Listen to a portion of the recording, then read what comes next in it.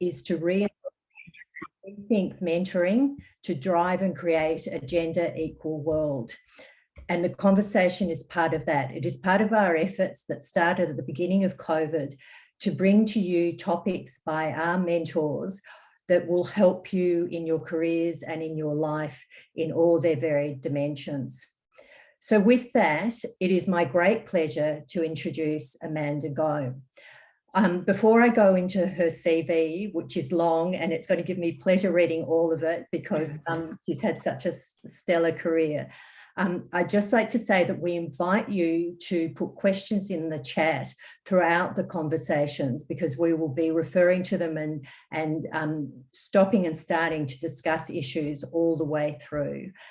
So I really encourage you to actively participate in the chat and maximise the opportunity to ask Amanda questions on the spot. So without further ado, it's my pleasure to introduce Amanda Gome. A CEO, a senior executive, an entrepreneur and a business journalist, Amanda is one of Australia's leading media, social media and communications experts. She runs Notable Media, training thousands of Australian CEOs and executives and professionals in strategy and skills to build influential profiles and activity, engaging with stakeholders to meet professional goals. Her clients are the top 200 ASX companies, universities, museums, super funds, and more. And she set up Notable Women to train and coach professional women to build influence and profile by building their professional visibility skills and confidence, and importantly, to recognise bias. Previously, Amanda was head of social digital media at the ANZ Bank and CEO of Crikey and Private Media. In 2005, she used angel investment to start Australia's first digital media business, including Smart Company and Women's Agenda. And for those of you on your call, if you're not already readers of Women's Agenda, I really recommend that you become one. Amanda was also a business journalist for many years at BMW. And in fact, the two of us met earlier in our careers in the business section of one of Australia's leading newspapers. He is also an adjunct professor at RMIT for business and a graduate of the Australian Institute of Company Directors. So I am delighted to have this conversation with her today about Visible Me. And I'm going to initially hand it over to Amanda to start the conversation. Welcome. Thank you very much, Bobby. I do remember those days of being 25 and our first jobs together. It was great fun. So hello, everybody. A number of you I have walked with, so particularly welcome to those. And one or two of you have actually pulled out as good examples, so look out for yourselves. I'm just going to share my screen here. So I think you can see that. Should be able to see that. Right, so we're going to start off today with looking at professional visibility. Right? Professional visibility is essential to management, to leadership, to building influence, right? It is our former Sex Discrimination Commissioner, Elizabeth Broderick, said, if I hadn't made that first step towards some visibility, I never would have become the Sex Discrimination Commissioner. But women express resistance to being professionally social. All right. So I've worked with women for many, many years, wanting to interview them at BRW. I'd ring them up.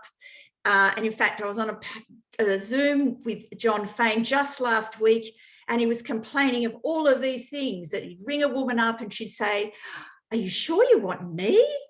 They won't know who I am. I'm nobody. I heard someone say that last week. I'm nobody, she said. I don't know what to talk about. Who wants to listen to me? Or they'll say I'm too boastful. I might say the wrong thing.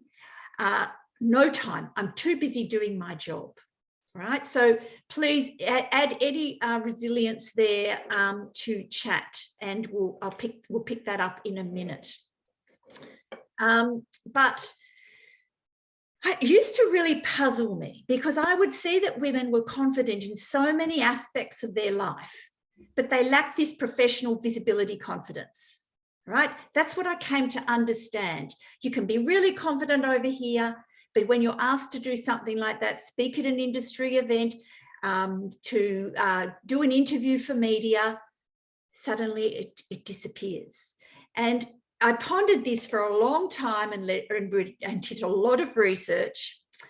And I worked out it came down to two big things: skills and confidence on the one hand, and the second was the forces against us, the systematic bias and the everyday sexism that shut women down. And both of those things were acting on women together. So that's what we're going to be looking at in the next 50 minutes, pretty quickly, how we're going to counter those things, because if we're not professionally visible, it has a massive impact on our career, right? And of course, this is all very well researched, but you're not considered for projects. It's hard to find a mentor, hard to find a sponsor. You're perceived as lacking in confidence. She's not leadership material, right? Not invited to speak at events, you lose out financially, and it doesn't help your company or yourself. So really important to be visible. And if you're not visible, these are the areas where we're not visible, right? And we know this because there's research into this that show we're much less visible in media, particularly in business, property and finance, in news media.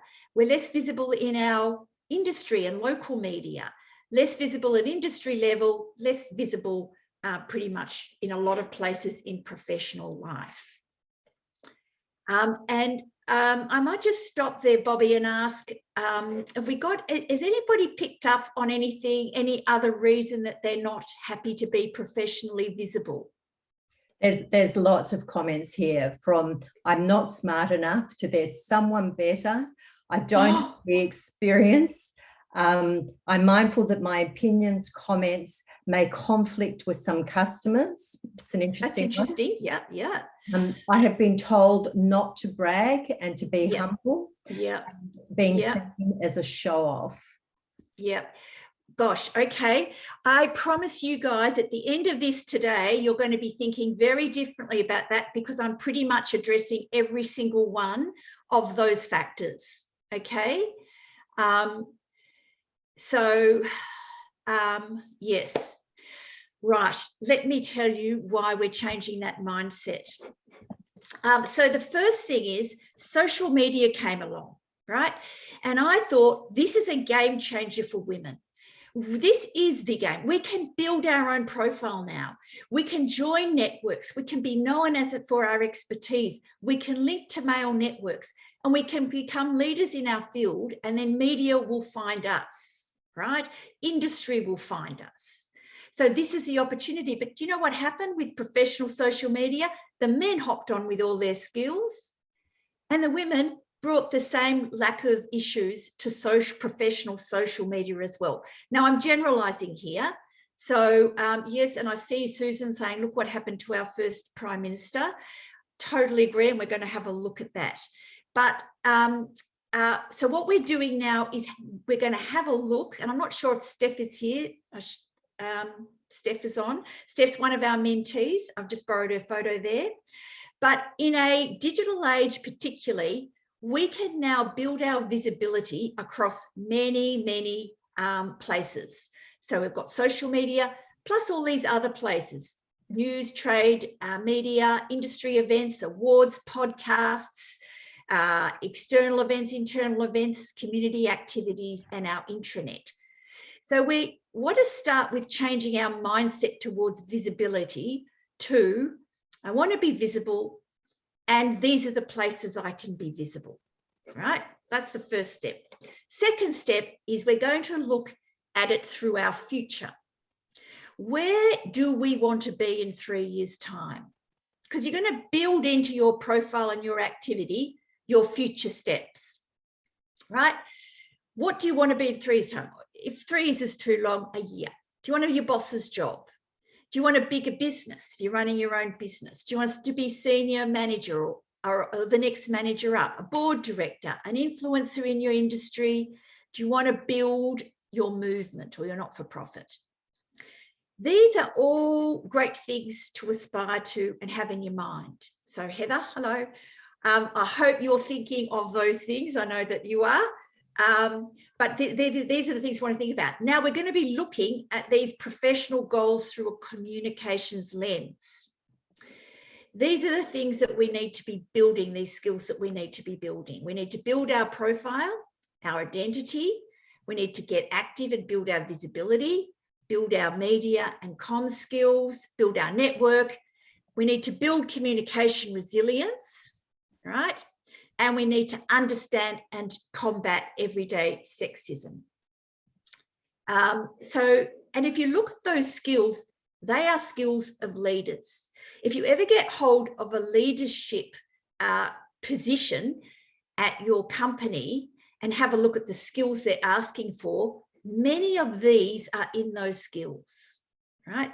So building communication skills in this way helps you at every stage of your career.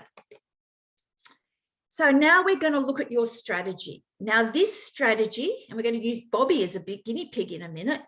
This strategy goes with you for life, right? It's your visibility strategy. And it's really simple. The first is your expertise. Now, who said they didn't have the experience in chat there? One of you said you don't, Jacqueline, you said you don't have the experience, or maybe you mean the comms experience. We might pick that up in a minute. But all of you have expertise or building to expertise. Now, Malcolm Gladwell defined expertise as 10,000, he's the guru of expertise, 10,000 hours of doing something, studying, practicing it, learning it. So most of you would have expertise or building towards expertise. Right. So this is an example here of a leader in statutory planning, right? So there's their expertise in that. And I always like putting that into well known in the industry for. That makes you think, if you asked a colleague, what's Caroline known for? What's she known for in the industry? What would they say, right? That goes in there. Expertise, if you want to be an aspiring politician, advocacy, what are you going to be advocating for goes into there. The next is your organisation, right? You're wanting to help build the reputation of your organisation and your area. It's a great place to work, great clients, great people. The next is your professional passion. For Bobby there, it's diversity and inclusion. It could be, you can have one or two there, sustainability. You could have there LGBTQI, you could have digital skills. Make sure it's not your expertise though, because then it shoots up into that first one. And then we have our personal. Now, senior businesswomen, you never used to have personal. We have to have it now. We're in a digital world. We need to be bringing in a little bit of ourselves for authentic leadership. Now, it still has to be professional. You can't have hunting, like somebody said to me 6 months ago, right? Or violent video games, right? We want things that actually, or, you know, if you're an investment banker, your suite of cars. We want things that are aligned to values and to you. Now, if you look at this strategy, the beauty of it is it goes with you for life, because if you move organizations, you just move this bit, right? You're still going to have your expertise, your professional passion, and your personal. And this is a good way to think about it as well. We're going to build this into our profile. And we're going to focus here on LinkedIn. The first thing people do when they're going to meet you or check you out pretty much is Google you or go onto your LinkedIn. So if we Google Bobby, this is what comes up, and it's really good, Bobby. You get pretty much the first page of Google. We've got Bobby's company. We've got some media of Bobby. Then we've got her LinkedIn and her Twitter, which is fantastic because she completely controls those first three. And then we've got another media, and we've got great photos, right? So that's a really good influential first page, and pretty much she's in control of it. So that's something that we can aim for. So check Google yourself and check that out. And we're going to look at LinkedIn today, but this is relevant across all your professional social channels. But LinkedIn in particular in the last 2 years has become the place for professionals. And we want to do two things on there: build and maintain our perfect profile, and then we want to be active. Okay, so here's Bobby's strategy again, and we're going to look at Bobby's strategy, which I've just made up, compared to her profile. Does it work? Does it match? Okay, so Bobby is an expert in content marketing. She's led the industry in this. She's expert at leadership, communication strategy, and digital. And of course, she's an expert in leadership and building teams because she runs her own business. She's an expert in small business. And she's, if you said Bobby Marlab, people would say, oh, she's transformed the content marketing industry, right? So a real leader in that industry. In her organization, she's a successful entrepreneur. She's helped build the reputation of Marlab, great place to work, great clients, great business. And then we've got her professional passion, diversity, female equality, mentor walks, and mentoring is also her passion, right? She should be doing a bit more sharing, engaging on mentoring. And then we've got her personal volunteering. And I would add a little bit more there, Bobby, just your physical health, maybe work-life balance, but some other personal that we see come in there. Now let's have a look at her profile and see how she goes. And you're all free to comment there. Bobby did put her hand up to do this. So fantastic photo. That photo is a great professional photo. Walk into a room, you go, there's Bobby Marlab. Even though I've never met her physically before, there she is. So great photo. We've got a great backdrop. Actually, you have a look at that. Lovely colors there. It works really well. We've got excellent excellent intro there. So we want to start off with our position and our company. And the reason for that is all over LinkedIn and Google, there's a little explanation, little captions of your profile. And if you don't have where you work, nobody knows who you are or what you do because they can't see anything over here, right? So that is fantastic. We've got Bobby Marlab, founder and chair Marlab Media, co-founder Mentor Walks, board member, entrepreneur, content marketing expert. Anyone got a suggestion what else Bobby might be able to add there? I've actually got it down there just to give you a clue.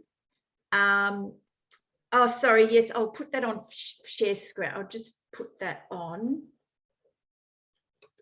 slideshow. Is that better? Yeah. Okay. Sorry. Yes, I won't be able to go back and forth. All right. So, oh, sorry. I'll have to catch up to where I am now. Sorry about that.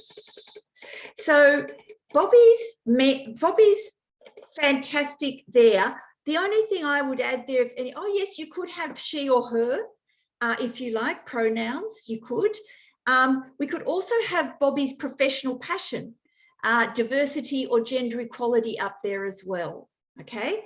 The only other thing, Bobby, there to suggest is we've lost Marlab at the top here. That should be first. So you just have to change that order, but that's looking really good.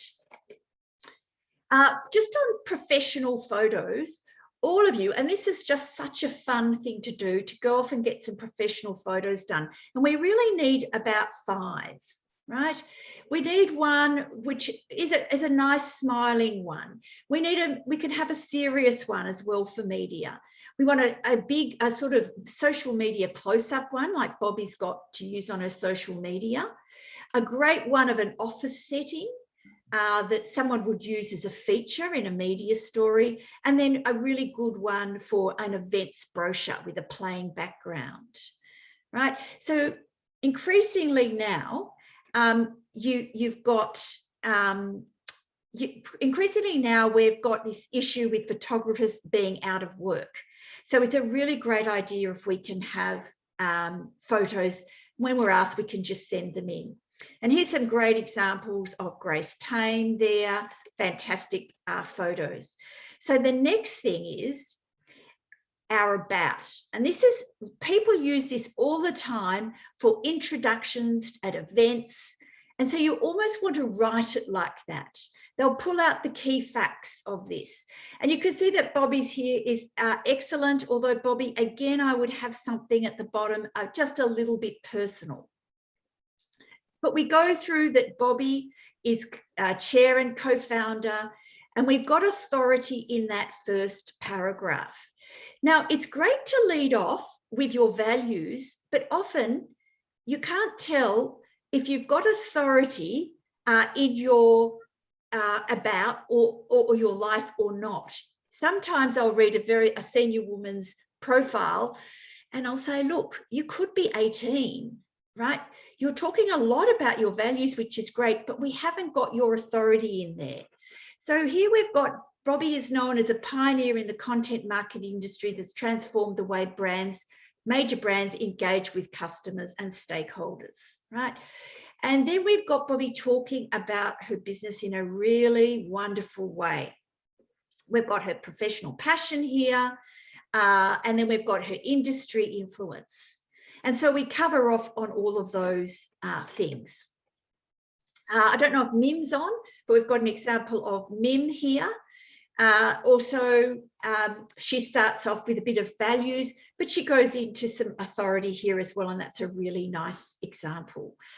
It's quite lovely to have something down the bottom that if you imagine you're walking onto a stage and people, you know, just as you walk onto the stage, they could say that Bobby is a new enthusiast to yoga, loves to tie herself in knots and work her way out of them. So just as she walks onto stage, there's a little bit of a laugh, right? So that's nice to have at the bottom. And of course, you take all of this from your strategy. Then we've got our featured section, right? So this is the section where we add our media, and Steph's one of our mentees. And so we can add media to this. Steph's added her business blog and something from her website there. But particularly if you've done a keynote and been in media, that's where you put it. And it's great to keep this up to date, right? Then we pretty much go through filling out the rest of our profile. We have our experience. And with this, we don't want to say here, Bobby would not say, Marlab is leading in content marketing, right? We've already done the Marlab bit. This is specifically about her role as CEO. And if you look at Johnny's example here, look at these words he's using. Leading, facilitated, instrumental, participated, understand. Great power words there. And I love that recent focus, right? Really good way to explain your experience. And then we want to finish with our accomplishments, the organizations that we're members of, and languages, those sort of things we do. And then we want to do our volunteer experience. And Bobby's got her head over heels. And then our recommendations, and Bobby is a generous giver of recommendations. Good on you, Bobby. Great way to get recommendations is to email someone internally and externally that's high profile and say, I know you're really busy. Could you pop in and here are 5 key points just to save you time? And that way you kind of cross off, you get what you want and you save them a little bit of time. Bobby, have you got any questions there on our profile? We do. One is from Tina Halliburton. How do you position influence, authority, and leadership if you're early in your career? Very good question. So you can look at where you want to go and some of the things that you're doing. So one of the first things that helps you to do is to say, well, how can I build my influence? Can I go on something at work? Can I be part of the staff foundation? Right? Or can I become chair of something, right?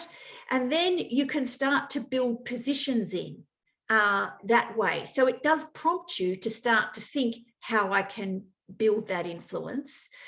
You can, I have no doubt though that you are an expert in something, that you have gone to uni and you've graduated and you've been working at something for a number of years that you'd be able to pull out and say that you're building leadership in and you're building expertise in. Any other questions there? There's one that's reinforcing the comment you made that it's a great idea to make it easy to give the words you want to see for your recommendations to people, to make it easy for them to do it. Yes, good. Okay, and I do encourage you all to focus on your LinkedIn because it is really the first place to go. A recruiter was saying to me, and she recruits people at the senior level, she gets a huge file, she says, she outsources that when she's looking to whether someone's suitable for a position, so a massive digital file, but she starts off with LinkedIn. Do they actually understand the digital world? Do they have a good profile? Are they engaging? And yes, Amy, you're absolutely right. You've got to be authentic or genuine, and genuine.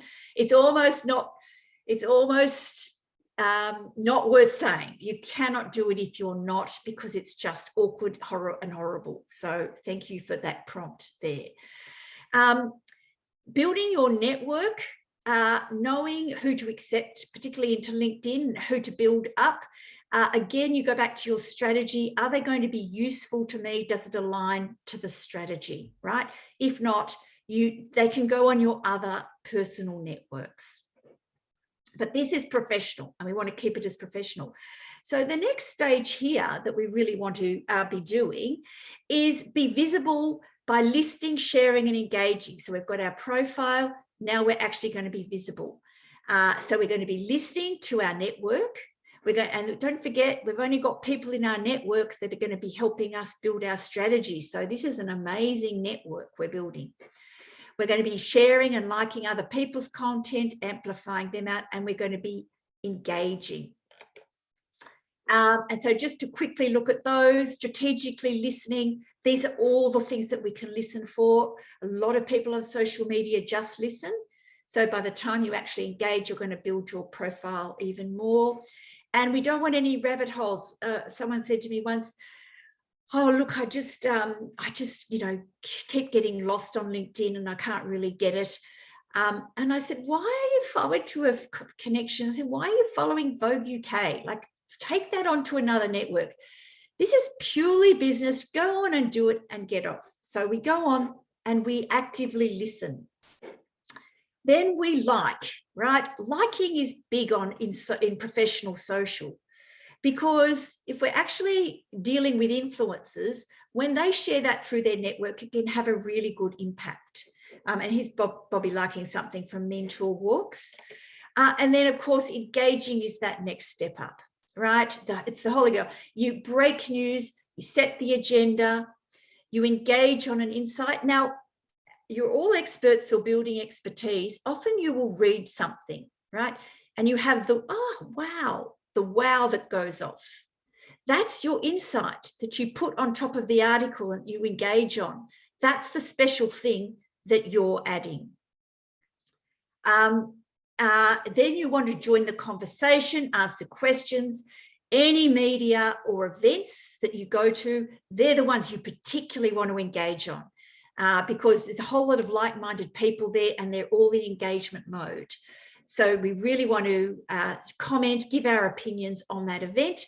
We want to ask to hear more. Does anyone know? Work out loud. This is what I'm working on. Have an opinion. Comment back. And we want to use tags and hashtags, of course. And look, this is an example of a long post where a lot of people are tagged in, but of course you could do much shorter tags there. Amanda, there's a couple of questions I might just put Yes. to you. What is your view on adding people to your network you haven't met? This question from Kerry Matheson. Oh, good, Kerry. Do they align to your strategy? Are they going to help you do your strategy? If yes, connect, right? Always comes back to your strategy, because your strategy is related to your business goals. Okay, that visibility strategy, here it is. We should have a little column in here, but it's always too boring because somehow everybody does this so well, it completely relates to your work goals, right? So, of course, your expertise, helping your organisation build its reputation relates to your work goals, and then bringing a little bit of your leadership in there. So here's Bobby's, and there was another one, Bobby. There is. It's from Caroline. She asks, my career has gradually transitioned since graduating 11 years ago, a Master of Architecture, and now developing education programs within built environment. So I have quite a broad skill set. Should I just focus on one expertise or name the several areas I know about? That's great. Again, you want to spotlight the main one, and build that as your main one, as long as that's going to be your future. That's where your future's going. So you focus on that. But no, you are, this is, if you look at this is who you are as a professional person. And to the great person who brought up that thing about authenticity, we're bringing our whole professional selves to this, right? This is what we're bringing in a way that we're confident. Now, if it's a skill or expertise that you've really walked away from and you didn't enjoy, like someone once said to me, I'm an expert in in financial regulation. I said, oh, fantastic. She said, no, I hate it. I said, well, don't put it in, right? So we're building towards what we like. And then if we look at our profile, you would build that, Caroline, you'd build that out into your profile. And then you'd say, prior, I did this built environment work, right? So, because you never know what's coming in the future. So if we just go on there, and thanks, Bobby, you've got your expertise there, and this is how we listen, share, and engage, right? These are the sort of things we do. And if you look at all of these things, Bobby's going to be sharing news from clients, latest news on content marketing, photos with influential people, Bobby giving speech, all of that builds her industry influence, right? Then she's going to be sharing around Marlab Media. That helps build the reputation of Marlab. Then she's going to be engaging on her professional passions and then on her personal, right? And so she builds out her network around that in a very strategic and influential way. This is a bit longer usually, but building your visibility confidence. This is just a very quick cheat sheet. Ask before you speak or post. Does it break the law? Is it against our company's code of conduct or values? Is it tone deaf to the time? Is it my expertise? Can I defend it? Right? So they're just quick, very quick. A quick kind of cheat sheet. I think, look, I think this is really important, Amanda. We've had cases in our organisation a few years ago where a staff member posted something on LinkedIn that was actually confidential, and it caused a ruckus and really offended a client. And, you know, it was just careless of the individual. Yeah. And I think, yeah, it's important to know it's public. Yes, but that would also be in your social media guidelines. Don't post confidential information. Yeah. So which, yeah, is protect client confidentiality. And it's a great idea to actually go and read your social media guidelines. I should actually have a page. It's very simple, but it is around code of conduct and reputation, all those things that you should be familiar with anyway. So that's kind of finishing off on that first half. And now we're going to, and just any questions on building your profile, activity, confidence, skills there. Before we get to the second half, we're going to look at what holds women back and how we can kind of counter that. And yes, good question from Adina. A good comment. How can I defend it? So important. Yes. But don't forget, when you're operating in professional social like this, you often don't have problems because we're dealing in LinkedIn and we're going to be sticking to our strategy. None of the female leaders that I've trained or work with have any issues. Have you had any issues, Bobby? No. No. And I was saying to Bobby before, I did some work with the Sex Discrimination Commissioner, who at the start said, how can I go on social media with the misogynist? I said, yes, you can, because you're going to stick to your strategy and you're just going to block trolls. That's it. And she's done that. She talks about it quite often. So it has a big impact there. So everyday sexism, when I got down to what holds women back and we looked at confidence and skills, on the other side of the coin was everyday sexism. And I'm quite sure a lot of you would have watched Misrepresented or the wonderful Julia Gillard, what was it called? Strong Female Lead. we see everyday sexism everywhere. We see it in the media, workplace, industry, culture, systems, policies. We see it in our home. I just still talked to a woman last week and I said, why aren't you more visible? And she said, well, I wanted to go on this industry board and my husband told me I had to spend more time with my family. It's like, well, you know, and this is something we're going to look at in a minute. But there is one aim of everyday sexism, right? It is to shut women up and make us invisible and make us go away. You know, it is deliberate in some cases. And of course, here's Trump saying, do you know the word shrill? She can be kind of shrill. He really wanted Hillary to go away. Why should leaders care? So this is not just about you being subject to everyday sexism. It's you being a leader and seeing it. And we all need to see it. It stops women progressing. It harms women. It makes them prefer not to be visible, and it often happens on a very unconscious level. So it also can take a physical toll. It encourages ridiculous stereotypes for men as well. It's against company policy. It stops diversity of voices, and we know that diversity of voices is hugely responsible now for great results in companies, and actually people hate it. They don't, it makes people uncomfortable. So anything else to add to that, why leaders should care? Add to chat and I'll pick that up in a minute. So what is it? It's gender labels, devaluing women's views, insult as a joke, physical appearance, women's roles and assumptions that caring and careers don't mix. And I'm going to look at these one by one. This is from the Male Champions of Change that has done some excellent work on this. And please, if you have an example of everyday sexism, write about it in chat and we'll ask you to share it. Also, if you have a great response to it. And have a think about it, because I was just talking to a woman last week and I said to her, oh, you're in engineering and now you're a mortgage broker. Have you ever been, you know, this is after we'd been through this, have you ever been subject to everyday sexism? She said, no, never. And I said, why aren't you more visible? In the same breath, she said, well, I've been told that I overshare and that I'm too much in people's faces. I said, that's everyday sexism. And bang, that's when her light went off, right? Because we are such Trojans. We just get down, do our jobs, work. We're so determined to make it work. And we saw that in these amazing documentaries.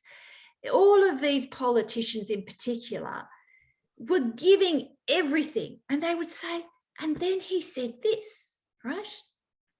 And these were many of the things that they were described as. She's too shrill, or she's too bossy, she's too hysterical, she's too loud, she's too demanding, she's too emotional, she's too oversharing, too boastful, unpredictable, irrational, right? This is everyday sexism, loud and clear. If you see it, it's great to have these replies. Hang on, she's sharing her expertise. Let's listen to what she's saying. You're mistaking loud for emphasis, right? I'm making this point, if it's said to you. Lots of people talk like that. That doesn't deter from her work or expertise. Or this one, which I use quite a bit, you might still be getting used to women's voices in leadership.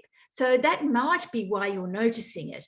But actually, she has a great voice, right? Because we want to hear women's voices. We want to hear different types of voices and views. So this is quite a big one. The next one, which came out so much in the misrepresented, is devaluing women's experience and views. And Suzanne Moore, hello, men adopting the ideas we have in meetings as their own. Absolutely, this fits in here. So men interrupt or talk over you. They explain things to you as if you don't know them. Your views are not listened to or supported, or they're restated. So you might say something and a few minutes later, a man will come up with the same idea and everyone will turn around and go, gee, Joe, good idea. And you're like, that one is a really big one. It's called gender deafness as well. And many of the politicians complained about that.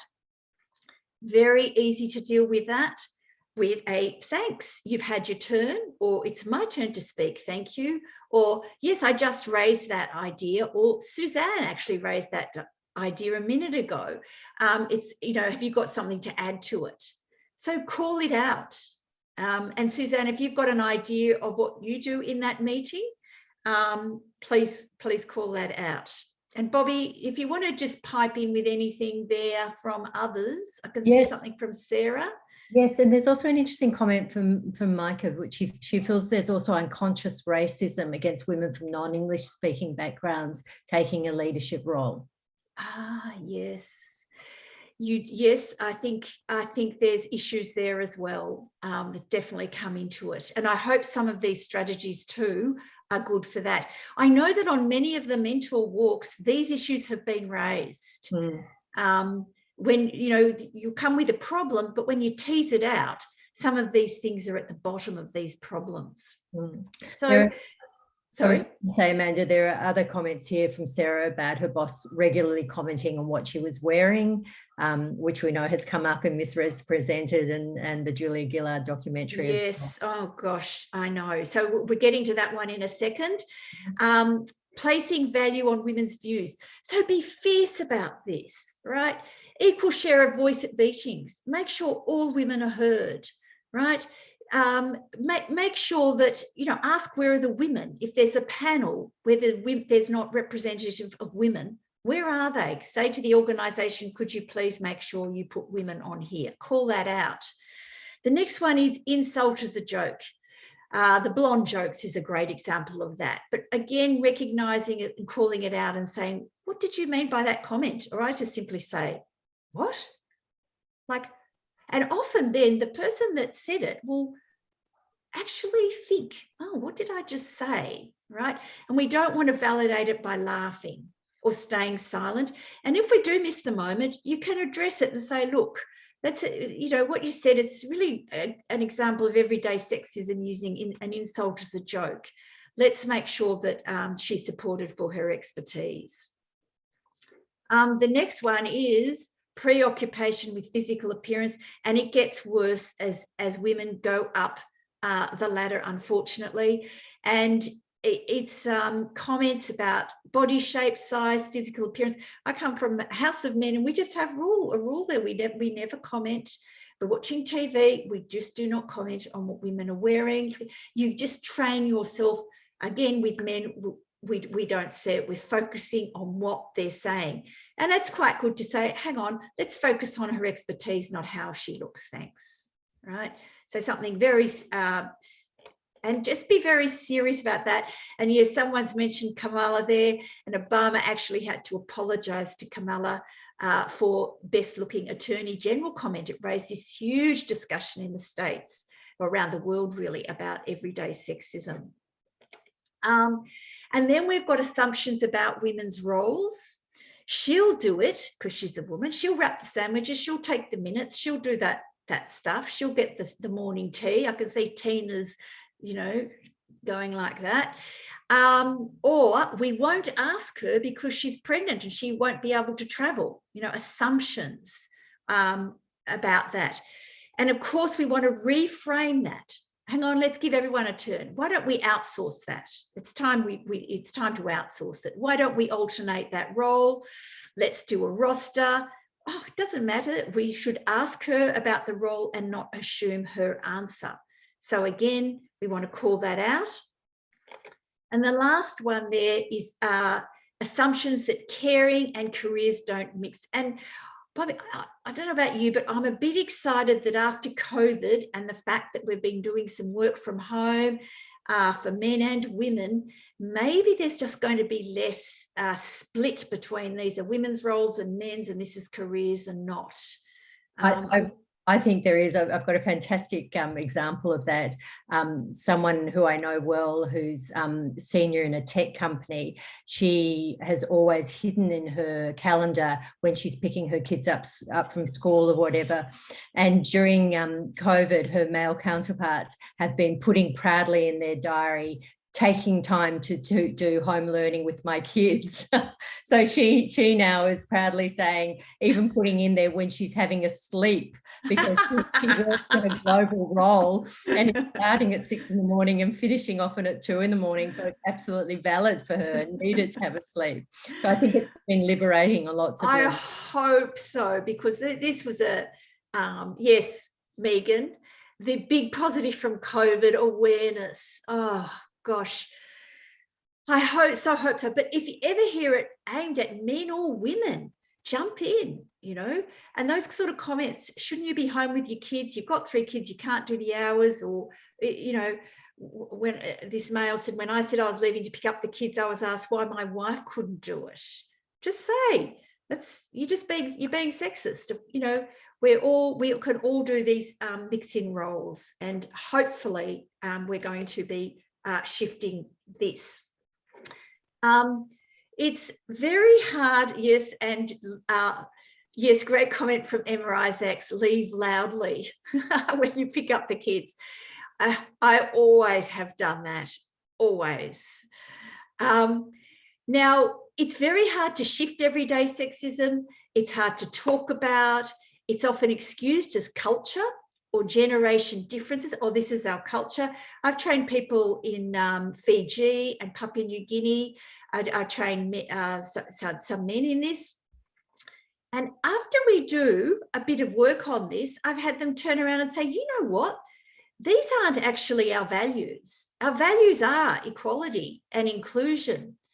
So maybe it's time for us to stop saying this is our culture when it's actually not our culture. It's just old behavior, right? And it can be often excused as, oh, he's a good bloke, that's the way it is. Well, no, I'm sorry, the damage is too big. It's time that this is addressed and that we don't accept it. The worst thing for me, that when I see this impact, and we see this through those wonderful misrepresented, those politicians, when they describe, you know, what's happening to them, each one of them describes it in a way of, this happened to me, and they describe the incident. They don't say, yes, I was subject to everyday sexism on a regular basis, and these were the things that happened. They internalized it, right? Do not internalize this. This is nothing to do with you. It's to do with the culture or what has happened. And it's very important to step out and say something so that we don't keep perpetuating this. Has anyone got any questions on that before we just move to wrap up? And I can see how many hands go up that we've changed things here. There is one comment here from Adina Jacobs, Amanda, that I think is important, which she says it's important to listen out for it happening to other women and to speak up for them in the moment. Often they're focused on delivering their content or can't respond at the time. And she's going to make sure she listens for it in meetings and jump in if it happens. Oh, yes, please. That's just wonderful. And that's really what we've all got to do. You know, for ourselves and others.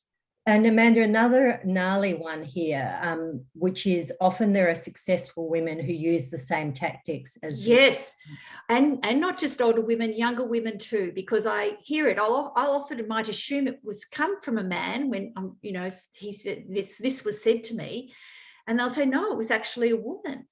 So women have learnt that women need to shut up, right? They've learned that as well, right? And we actually are shifting our mindset to understand that the more we help women speak and be visible, the more networks we build, the more we can build our own influence, and the more we can change things. So yes, thank you very much for pointing that out. And women, yes, Yvonne, women supporting women and building great networks is really important. So if we go back to the start where women express resistance to being visible leaders, have a look at this.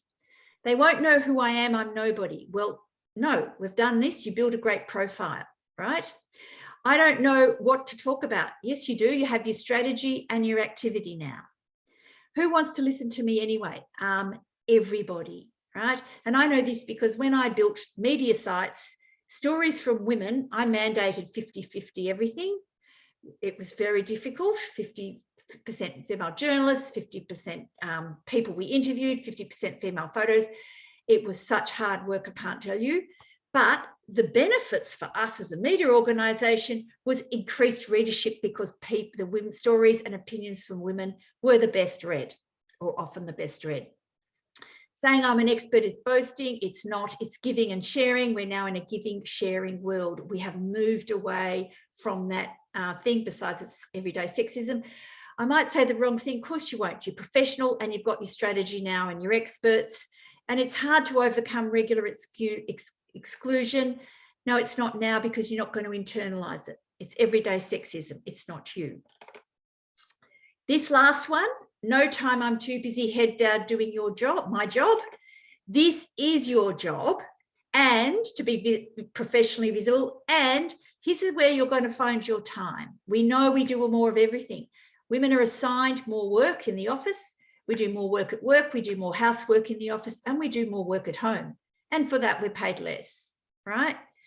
We have to pull back and outsource to whoever some of this work, make sure it's more evenly spread. And that's the time that you're going to put in to building your visibility and influence. So there we go. We've fixed all those issues. And this is your new you, building your professional profile, your digital identity, your visibility strategy, your activity online, look for media and speaking opportunities and create them yourselves, build out your network, build your stakeholder engagement, build that industry profile, and focus on all of that. And you've got visible me. So thank you. That's the end of that presentation. I just might take myself off share there so I can see everybody. Well, firstly, hooray. That was fantastic. And I certainly have learned an enormous amount. So thank you. We've got time for probably 2 or 3 questions. And I am going to start with one, if that's okay. And my question is, we all have the self-talk. And to get started on this, even we know that there's what we call the knowing doing gap, that people will get your advice today, but they'll still have those moments where they'll think, oh, I know this is what I'm meant to do, but should I? So what advice, what words can you give the people listening to this that they should self-talk to help them take the next step and do this? You just have, Bobby. And never forget, in a situation where you're suddenly uncomfortable because something's happened, you can just extract yourself and always go back later. So I once had a bully boss, and sometimes he would do things. I would walk off or something would happen, and I'd wait till he was sitting there having his lunch, relaxed, reading the newspaper, and I'd go in and I'd bang my fist down and I'd say, listen, you can't do that, right? So you don't have to act in the moment, and you don't have to put that pressure on yourself, because there's always afterwards. And, you know, don't just rely on self-talk either. Build your networks, build your female networks, because women are the most wonderfully supportive network that you can possibly get. And now many males as well. There's so many men out there wanting change too. Brilliant. And we've also got a comment here from Alicia Atkin about this, just an interesting story, that she spoke up with her CEO about something that happened a few months ago. His EA was really confused about why she wanted to talk to him and said, what do you expect him to do with that information? But he called her the next day, asked a lot of questions to understand, and then took action. She says, I was so surprised that the woman in the situation didn't think I should speak up, and the older man was so interested and took action. And it would be lovely to, because don't forget, we're going to help women on this journey as well, to go back and say, oh, look, thanks for my advice. But actually, it was really good that I spoke up, and he was really receptive, and I'm hoping this is what's going to come out of it. So it's really about taking all women on that path as well. Absolutely.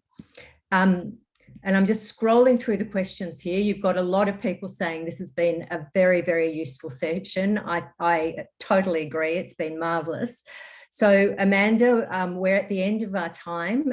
From all of us, thank you for helping us be visible. And, and for all of you that are going to make changes to your profiles after this, we would love you to share with us what you've done. We would like to know how it's been helpful for you and the impact of it. So thank you very much. Before we finish up, I want to share with you some of the things that Mentor Walks is doing that might be useful to you all. The first is that we have Melbourne Walk on the 1st of October. If you'd like to sign up for that, it is of course virtual, so there are places still available for that. Perth is happening on the 8th of October. Canberra, again, a virtual walk on the 13th of October. Hobart will be out in the open air on the 15th of October, and in Armidale also outside on the 20th of October. And then for those of you who are not in locations where we're in person, we have a virtual walk on the 22nd of October. So please feel free to attend that and to spread the word to other women you know. Our next conversation series is on the burnout fix. It will be a fantastic session. We're changing things a little bit and holding it at lunchtime because our key speaker is based in San Francisco. So we're going to give that a try, but you'll be getting information from us about that. And it's on the 27th of October. All of this information is on our website. So thank you very, very much for joining us this evening. To Amanda, a massive hooray for what she is doing for womankind. She is really making an extraordinary difference. And a lot of the women that you will see out there, particularly on LinkedIn in a professional capacity, it's her gentle hand behind. Not gentle. Effective hand behind her visibility. So thank you to the Mentor Walks team that helped put this together tonight, to Sophie and to Tina and to Laura. And please come to any of our events and know that you're welcome to come as many times as you like. Thank you very much and have a good evening.